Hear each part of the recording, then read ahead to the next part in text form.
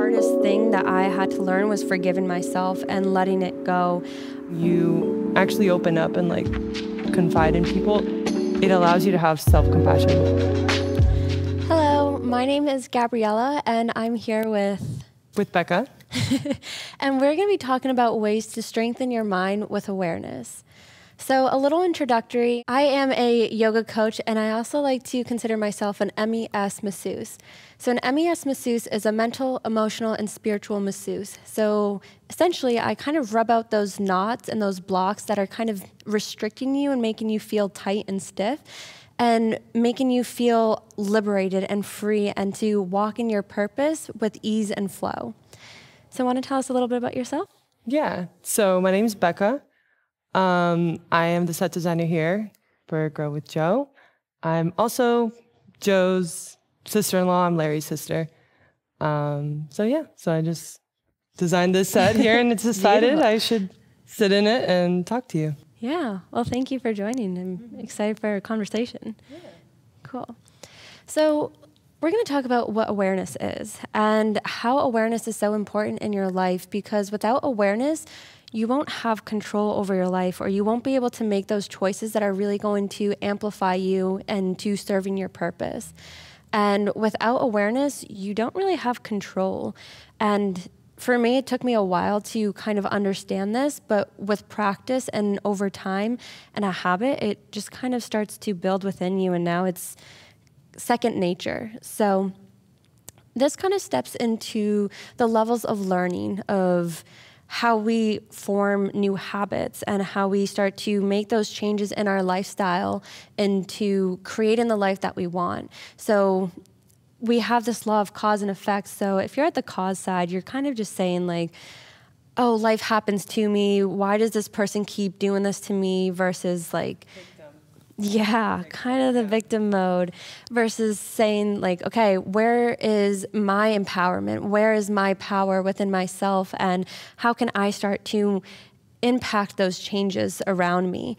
So we were actually talking earlier and you mentioned the word observer and how it's really important to be in the observer state, because when you're observing, then you get to make that impact and make those changes. So I think when you're playing that role of the observer, that reaction, that space between reaction time is bigger. So you'll have something happen and you could just choose to react. But when you're in that observer role, and the more you practice it, like you're saying, the bigger that time in between gets, and it gets not necessarily easier, but the muscle gets stronger, so easier in a way. Yeah, that's a great way to say it. I mean, it's kind of like lifting weights. Essentially, it does get easier if you keep lifting 5 pounds of weights every single day the same amount of times, you know? What we were talking about is like there's a scientific study where they had observers look at the atoms, and they actually impacted the change and the effect of the atoms versus just not really having any intentions. So awareness and intentions are probably like the top 2 things that I would say to help change that state of mind. And to get a little bit vulnerable, or to bring this understanding into like mental health awareness, so to say, is I experienced a lot of anxiety and depression growing up, and a pattern that I would constantly say to myself is, I'm so sad, or I'm so tired of being alone, or I'm so lonely. And what you say, what you focus on is going to continuously attract the same experience. And there are so many thoughts that we say or have a day that we're unaware of. And if we're not aware about it, like these are the programs that we keep stepping into. So of course I was constantly going to be depressed and sad and anxious, because that was my story that I kept telling myself was, I'm sad, I'm lonely. And it wasn't until I had the awareness of like, oh, these are the thoughts, these are the stories that I've been telling myself, and it goes far more beyond than I'm depressed. There's so many subliminal messages or thoughts that we're having that our emotions kind of support that and constantly just build and stack on top of one another until you take that step back and you kind of remove that foundational layer underneath, that you start to change your life and be on the cause side of it versus the effect. Yeah, and that like change can also, it's like empowering, but it can also be really jarring, because you're becoming so aware of like how you've been living, and you're just like, holy moly, like I've been saying these things to myself. But and then, you know, so it's not like, and that's the thing too with, I feel like with awareness and like just being mindful, it doesn't all come at once. Like it doesn't just go from like black to white. It's really gradual. And I think over time which is good, because it would be scary if one day you just were aware of all your thoughts and like habits and all this. So I think it's pretty cool that, you know, it goes slow, but yeah, like you're saying, it is jarring to just see that. Yeah, I think that's a really good point to mention, is like, that's why I say the masseuse part of what I do, is because when you go get a massage, it's not always the most comfortable feeling when they're rubbing out that knot. Sometimes you really have to breathe through it, and it is uncomfortable, but what happens after, you know, like. Wait, so do you actually do the massage? Like, is it like a physical like massage, or?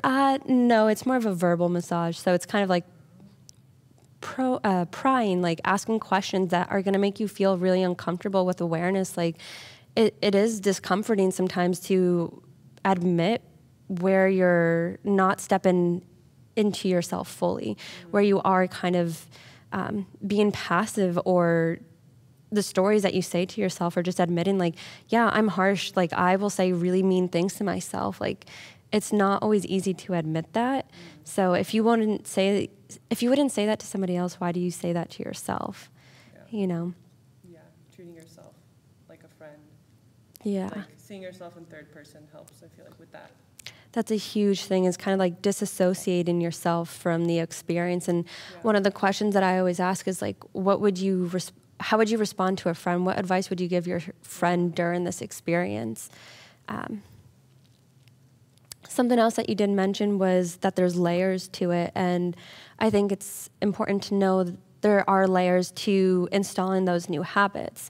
And so one of them, the first stage, is when you're unaware about it.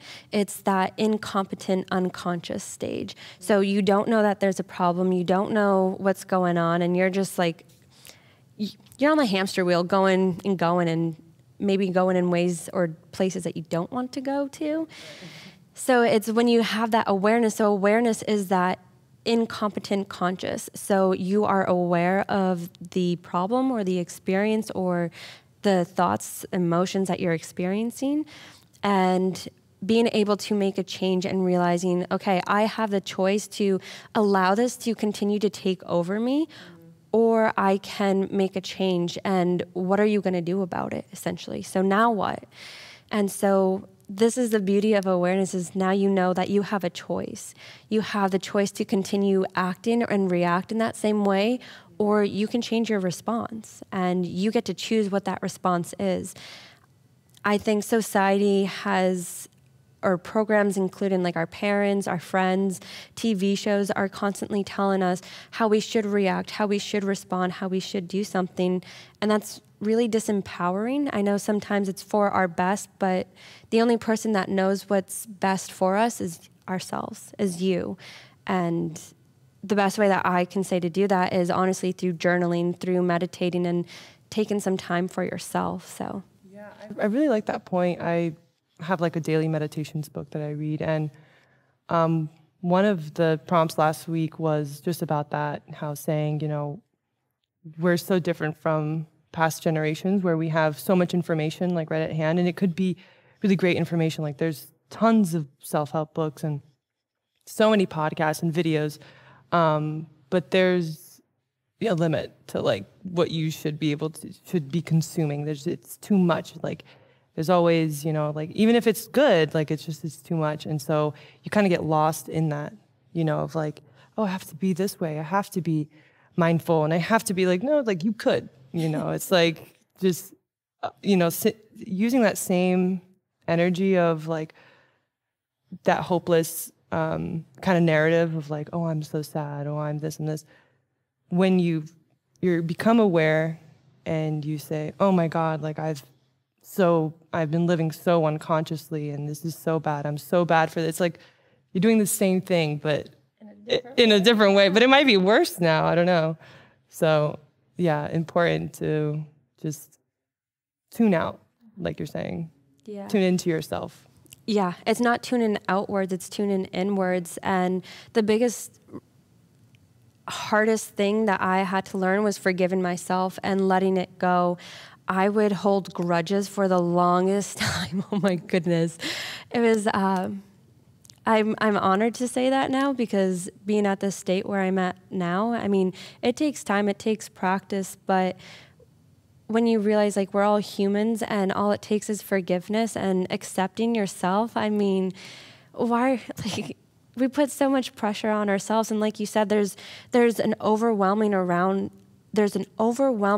of information and knowledge out there that it's like, oh, well, this could be good for me. This could be good for me. And you can, like, for diet and even working out, like, people are saying, oh, you need to eat this every day and you need to do this type of movement and run every day or strength training every day. And it's like, okay, but my body doesn't always align with that. And that as a feminine, I like to be in flow. And like, there's some days where working out does do good for my body. And sometimes it's just doing a yoga flow. So it's kind of seeing like what is right for you. And you might enjoy kickboxing where I might enjoy weightlifting. Like, as long as you're moving your body in some way, then. Can you give us, me, the viewers at home, me, some tips on the forgiveness and like releasing of the grudges? Because it's tough. It's a tough one. Yeah, it is a really tough one.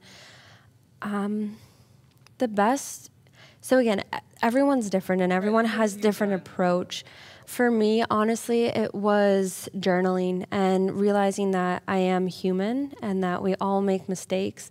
And I think one of the coolest things that I was able to do, well, there's actually a couple, but one of them was realizing, okay, let's look back at my previous mistakes years ago and what came out of that, and seeing that they weren't really mistakes, that there was lessons to be learned there, and that it was honestly supporting me and my journey, and it was actually helping me. And so realizing like, okay, the mistakes that I'm making now is for a reason. There's a lesson there to be learned. It's okay, what is the lesson that needs to be learned right now? And realizing a person isn't their behavior.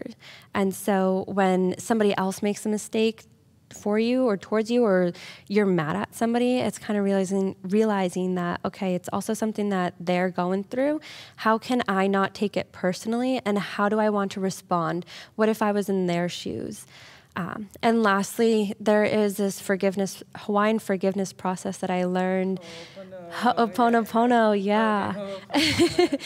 And that honestly has served me. I do that probably every single night. And it's just detaching yourself from what's meant to be. And it just kind of honestly, surrendering was my word last year. Surrender to the process, surrender to the flow, and just trust.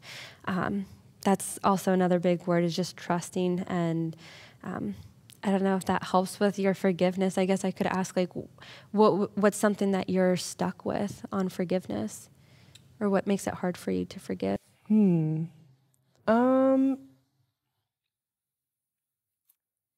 It's complex. I think there's a lot. Like, once you really sit with it, I'm usually like the person that would just let it go. I'll like forgive immediately. I don't mind, because I don't like having like problems with people. But then I was like force myself to like, no, just sit with it, and then like when you sit with it, you start to like pick through, and sometimes you get angry and angrier, or you get like sad, and then like it's just that like roller coaster of it. But sitting with it is good, so you really get to the core of it, and you realize how like being hurt by what someone does is just, sometimes it's not really just the one thing. It's like many different things reasons why you're hurt. It could be triggering something from your past that had nothing to do with this person. A lot of times that's what it is. So like forgiveness, it's to the person that did you wrong, but it's also to yourself and like to the past of people that hurt you. So it's complex. I mean, I think right now it's being overwhelmed with all of that. Is just... Yeah, no, I feel that. And I think that is such a really key point to understand, or what you said is to sit with it. It's kind of like, would you lock a child or a dog in a room, or any kind of animal locked in a space? Like, no, they need to be let out too. And it's the process. It's what life is experienced here for, is to kind of feel out those emotions, and that just because you're feeling a type of way does not mean that you have to sit with that. And going back to awareness, it's kind of realizing what is your responsibility for that experience, and going back to what are those lessons that you get to learn from it. And I think also another big question to ask yourself is, what is holding on to this emotion or holding this grudge doing for you? Is it supporting you, or is it just going to keep you in that emotional home, keep you back in that kind of rut?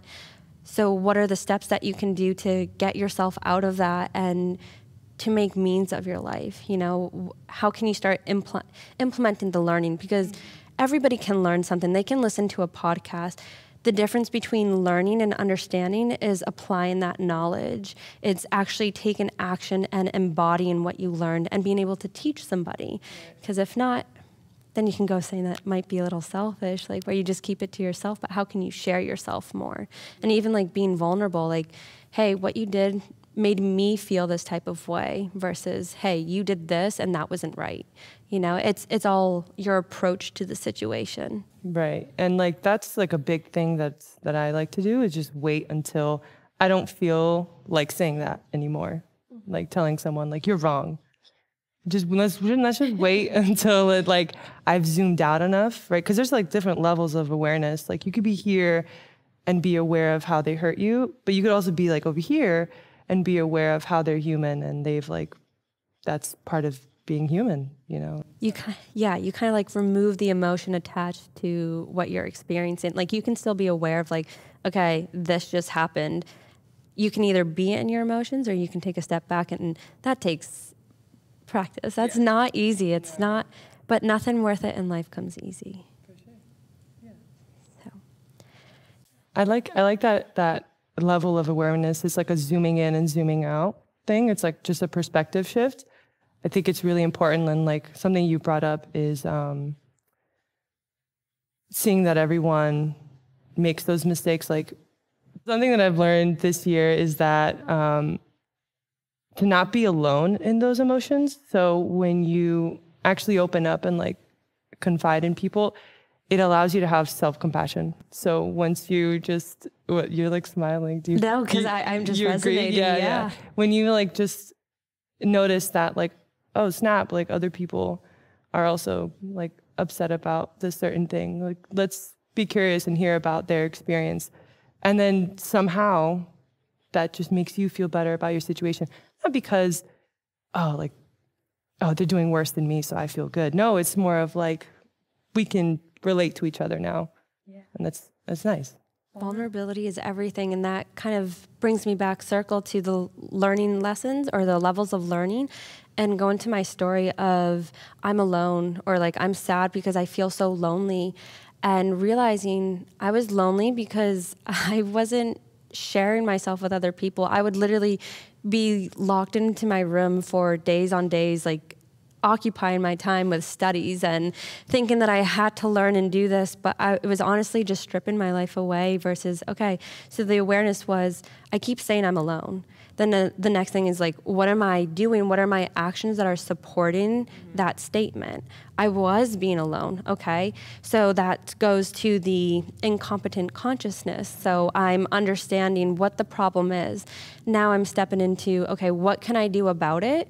And this is the hardest part, is what do you do about it? How do you want to choose that response? Because honestly, having that choice was overwhelming enough, because I was like, there's so many different ways I can go about it. Which way do I choose? So that was overwhelming too. But then you have to pick. No choice is also a decision. And so when you make a choice, then you can see the effects of it, and then reroute if you need to, and being accepting. I think forgiveness and acceptance is a huge thing. And so realizing, okay, being stuck in my room and keep saying that I'm lonely is only going to continue on this hamster wheel. I want to change my hamster wheel. I want to get on a bigger one. I want to get one that actually moves around. And so I was like, okay, what's the first step? And that was admitting that I was suppressing these emotions for so long and telling people I wasn't okay.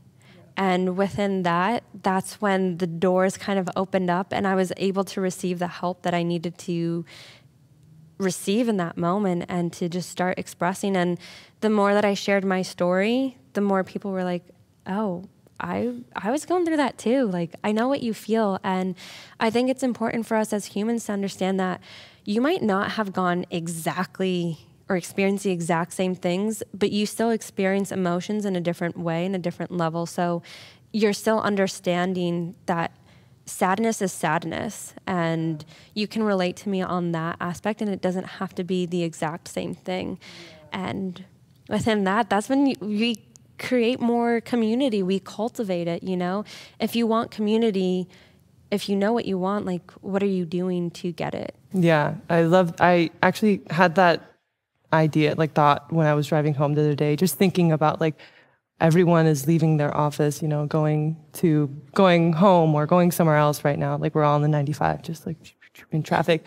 But then like you know, placed it to that idea where it's like, we all like feel like the same emotions. We have just different channels and different like ways to get to that like one thing. So like that anger has been like, it's crazy. It's the same thing. We're all just feeling like down from generations to generations in different cultures. Like we can all agree like, yeah, this is anger. Like, and you know what I'm talking about when I say that, like anger is anger, sad is sad. Like that's crazy. Yeah. And it even goes beyond that. I was reading this book, it's called Letting Go by David Hawkins, and he kind of dives into all the levels of emotions.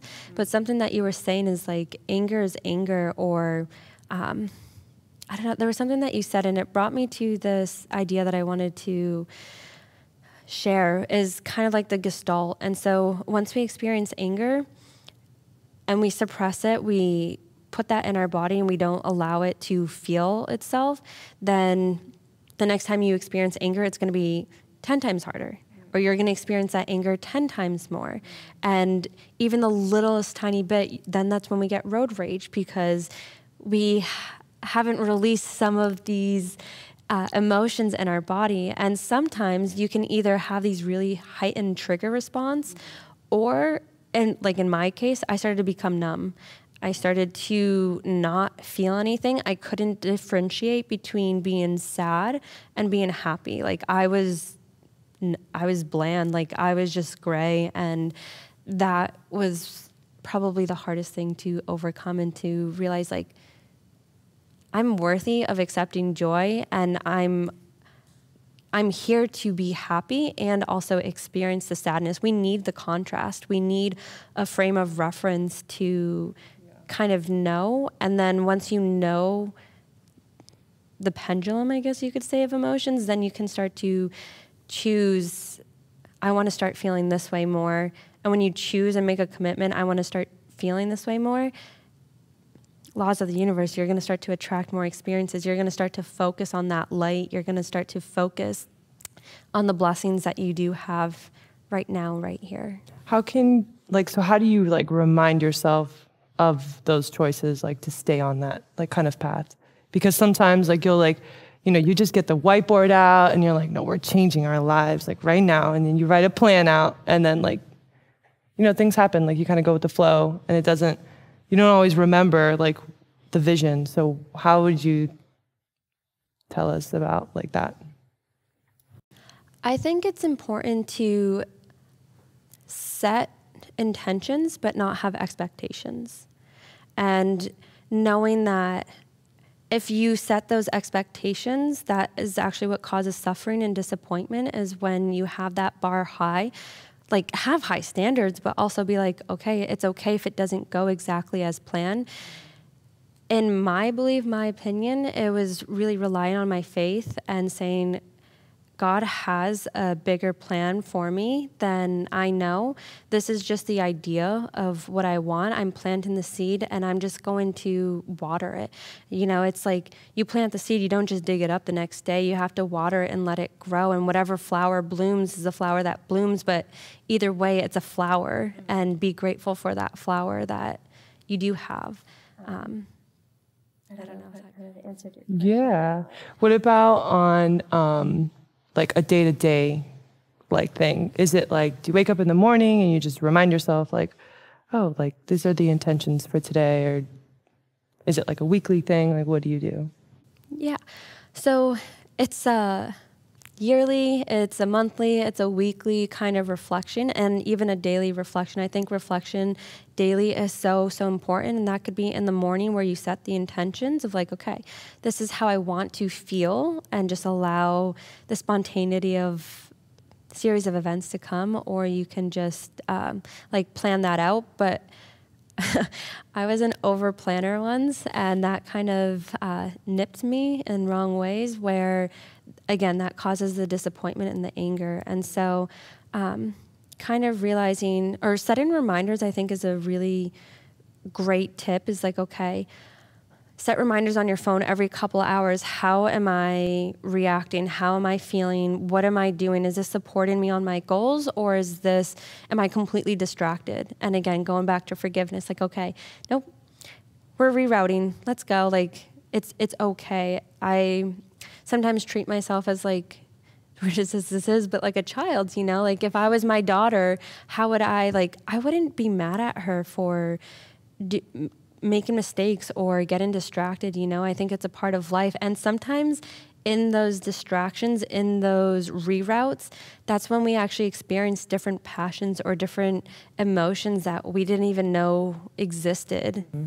Yeah, I like what you said. Like, you joked about like treating yourself like a child, but I had a therapist, and her biggest thing was that literally like parent yourself. You know, so when you're sad, when you're crying, like soothe yourself. And she said she would just be like holding herself like this. And like, I was like laugh. She's like, no, you think it's funny, but like try it. And then next thing you know, I'm like losing it and just like, wait, why does that feel good? You know, because you're still that child, you know, you're still there, but your parent isn't the same parent as before, like when you're a baby and, you know, they pick you up and all that. So someone still has to do that job, you know, and it's good for you to be that for yourself because you're always with you. You're the only person that is going to motivate you or do everything that you want to do. Like, you can't put that responsibility on anybody else, but you can even go into the scientific level or aspect of it is like the physical touch. Like, we have sensory responses and like being held when we were younger and feeling that support. So I think also another method is just like finding what your passion is and finding something that makes you feel grounded. And so for me, that's yoga. That's connecting out in nature, like going out for walks or something to like calm your mind. Kind of like a tangent, but there would be moments where I would constantly be stuck in my head. Like, I would just go down the rabbit hole of feeling this type of way, and that would last minutes to hours to days, and realizing like, okay, where do you cut that line? Like, where do you stop it? Like, you have to take that responsibility for yourself, which is so hard, but you can't rely on other people to do that. Because again, that's expectations, and then that causes disappointment and more suffering. So setting kind of like a timer, like 30 minutes to an hour to really feel those emotions. Give yourself the space to feel. Like, just close your eyes and just be like, okay, accept it.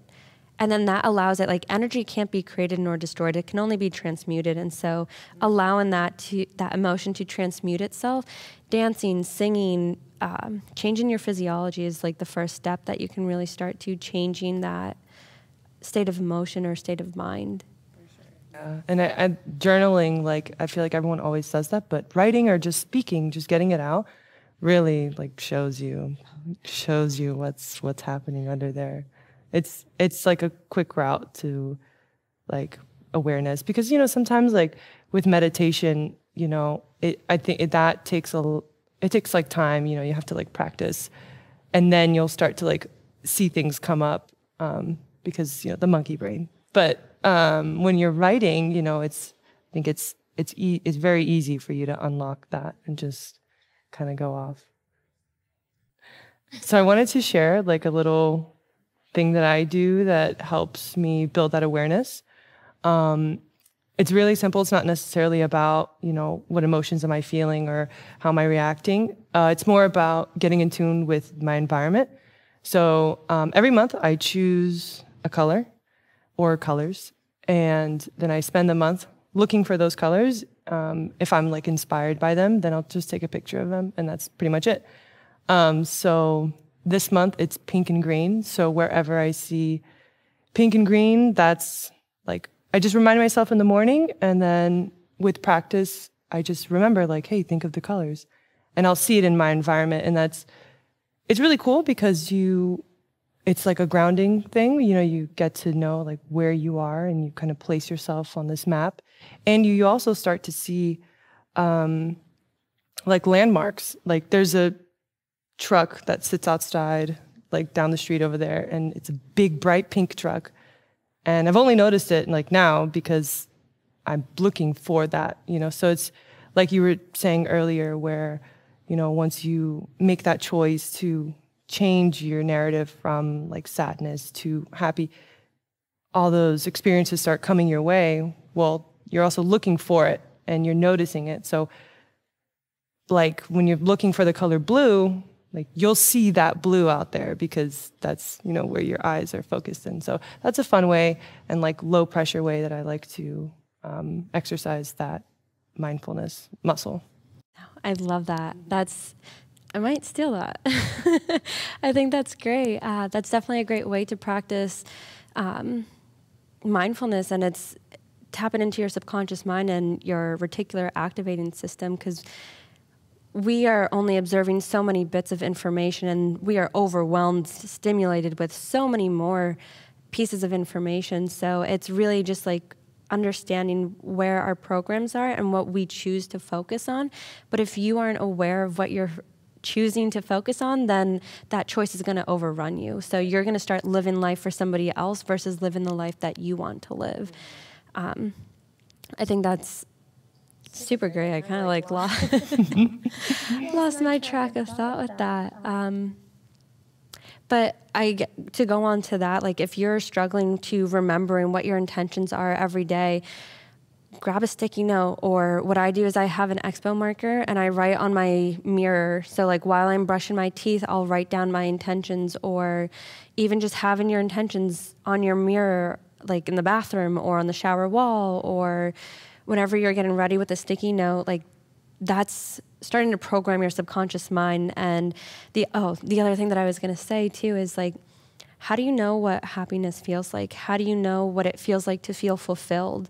Like, when is enough for you? And when you start asking these questions, you start to realize like, okay, enough is now. Enough doesn't have to be at a certain point. It's kind of like, you're never really going to be ready. Like, what is ready? It's just a statement versus already being. And one of the tips that has helped me lately is saying, God has made you, or if God needed you to be more prepared than you would be, and God would make you prepared, it's kind of realizing that you already have the tools and the empowerment within you, that you have everything that you already need, and it's starting to utilize those tools.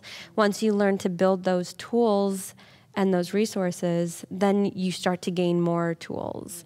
Like you can't gain more tools without using the ones that you have. So yeah, it's it's like a slow climb. Yeah. We don't need to, and when you're going slow and steady, like you're able to look around and see those tools and like notice and like reflect. But if you're going 100 miles an hour, like you're just getting there alone, Yeah. So true. Yeah. So true. We're going a million miles a minute. We don't got to do that. Yeah. We don't got to do that anymore. Well, cool. I think that's kind of it for the conversation. But yeah. thank you I've learned so much. Thank you. Yeah. No, I appreciate you and your tips. I'm so excited to learn more from that. And just another thing to share is just being in that state of curiosity. That's when you're curious of like what more can happen for me, what how much better can it get from here? And starting to see like we have the empowerment tools within us. It's a choice, and it starts with the awareness. So I hope that you guys received so much benefit, so much insight and motivation just from this conversation alone, and know that there is so much more resources out there for you. If you have any questions or needing support in any which way, please feel free to reach out. We have the Grow with Jo team, or you can also follow me on Instagram. It's yogabriella.c. And I'm so looking forward to hearing your tips and ways that you stay mindful, ways that you have installed awareness, and even more so, what tips you have started to implement on your own daily life journey. So thank you for allowing us to be a part of your journey, to listening to us and having our conversation, and we will see you soon. Bye.